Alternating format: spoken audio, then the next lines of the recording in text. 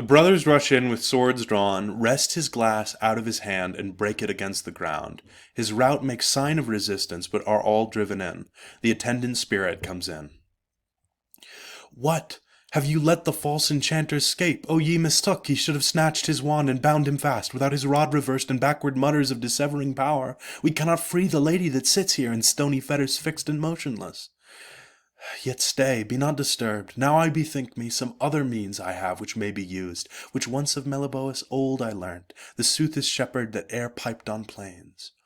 There is a gentle nymph not far from hence, that with moist curb sways the smooth Severn stream. Sabrina is her name, a virgin pure. Whilome she was the daughter of Lacrin, that had the sceptre from his father Brute. The guiltless damsel, flying the mad pursuit of her enraged stepdam Gwendolen, commended her innocence to the flood that stayed her flight with his cross-flowing course. The water nymphs that in the bottom played held up their pearled wrists and took her in, bearing her straight to aged Nereus' hall, who, piteous of her woes, reared her lank head and gave her to his daughters to embathe in nectared lavers strewed with asphodel, and through the porch and inlet of each sense dropped in ambrosial oils till she revived and underwent a quick immortal change. Made goddess of the river, still she retains her maiden gentleness, and oft at eve visits the herds along the twilight meadows, helping all urchin blasts and ill-luck signs that the shrewd meddling elf delights to make, which she with precious violed liquors heals, for which the shepherds at their festivals carol her goodness loud in rustic lays, and throw sweet garland wreaths into her stream of pansies pink and gaudy asphodels. And as the old swain said, she can unlock the clasping charm and thaw the numbing spell, if she be right invoked in warbled song. For maidenhood she loves, and will be swift to aid a virgin such as was herself, in hard besetting need. This will I try, and add the power of some adjuring verse.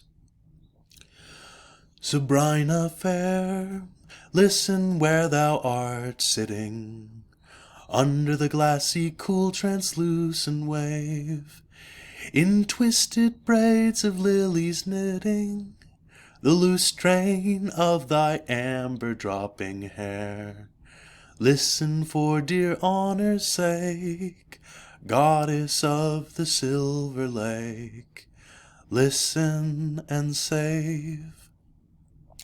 Listen and appear to us in name of great Oceanus, by the earth shaking Neptune's mace, and Tethe's grave majestic pace, by hoary Nereus' wrinkled look, and the Carpathian wizard's hook, by scaly Triton's winding shell, and old soothsaying Glaucus' spell, by Leucothea's lovely hands, and her son that rules the strands, by Tethys' tinsel-slippered feet, and the songs of sirens sweet, by dead Parthenope's dear tomb, and fair Ligeia's golden comb, wherewith she sits on diamond rocks, sleeking her soft alluring locks, by all the nymphs that nightly dance upon thy streams with wily glance.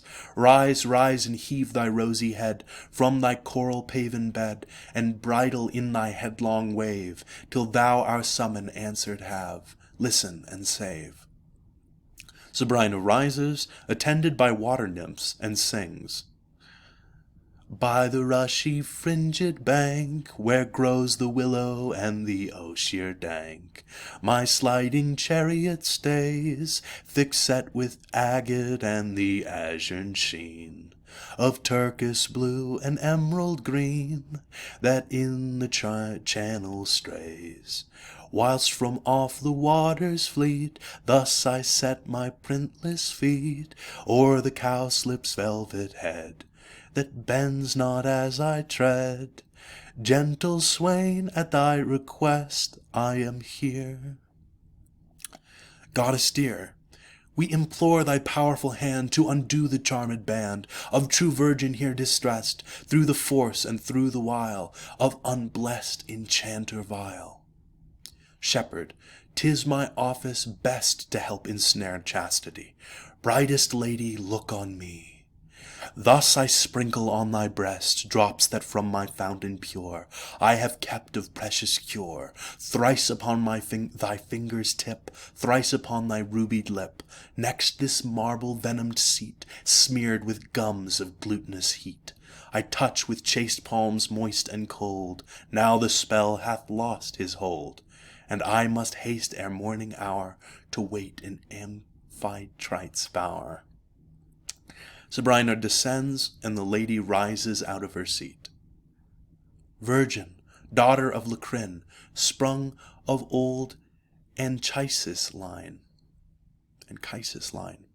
May thy brimmed waves for this their full tribute never miss, from 1,000 petty rills that tumble down the snowy hills. Summer drouth or singed air, never scorch thy tresses fair, nor wet October's torrent flood thy molten crystal fill with mud. May thy billows roll ashore the beryl and the golden ore. May thy lofty head be crowned with many a tower and terrace round, and here and there thy banks upon with groves of myrrh and cinnamon. Come, lady, while heaven lends us grace, let us fly this cursed place, lest the sorcerer us entice with some other new device. Not a waste or needless sound, till we come to holier ground. I shall be your faithful guide through this gloomy covert wide, and not many furlongs thence is your father's residence, where this night are met in state many a friend to gratulate his wished presence, and beside all the swains that there abide, with jigs and rural dance a resort, we shall catch them at their sport, and our sudden coming there will double all their mirth and cheer. Come, let us haste, the stars grow high, but night sits monarch yet in the mid-sky. The scene changes, presenting Ludlow town and the president's castle. Then come in country dancers, after them the attendant spirit with the two brothers and the lady. Song. Back, shepherds, back, enough your play, till next the sunshine holiday. Here be without duck or nod other trippings to be trod, of lighter toes and such court guise as Mercury did first devise, with the mincing Dryades on the lawns and on the leas. The second song presents them to their father and mother. Noble lord and lady bright, I have brought ye new delight. Here behold so goodly grown 3 fair branches of your own.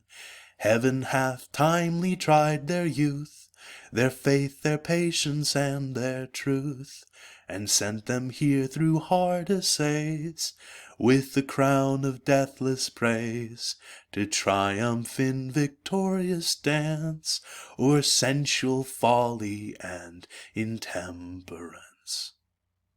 The dance is ended, the spirit epiloguizes. To the ocean now I fly, and those happy climes that lie where day never shuts his eye. Up in the broad fields of the sky, there I suck the liquid air, all amidst the gardens fair of Hesperius, and his daughters 3, Hesperus, and his daughters 3 that sing about the golden tree. Along the crisped shades and bowers revels the spruce and jocund spring, the graces and the rosy bosomed hours. Thither all their bounties bring, that there eternal summer dwells, and west winds with musky wing about the cedarn alleys fling. Nard and cassia's balmy smells, iris there with humid bow, waters the odorous banks that blow, flowers of more mingled hue than her purfled scarf can show, and drenches with Elysian dew. List, mortals, if your ears be true, beds of hyacinth and roses, where young Adonis oft reposes, waxing well of his deep wound. In slumber soft, and on the ground sadly sits the Assyrian queen.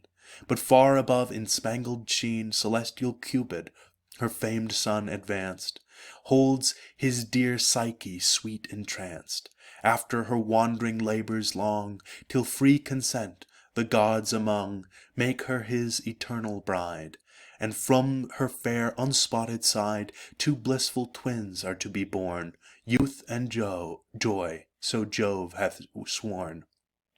But now my task is smoothly done.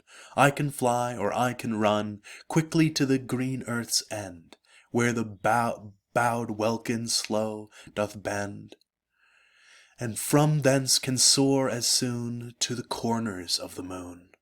Mortals that would follow me love virtue, she alone is free.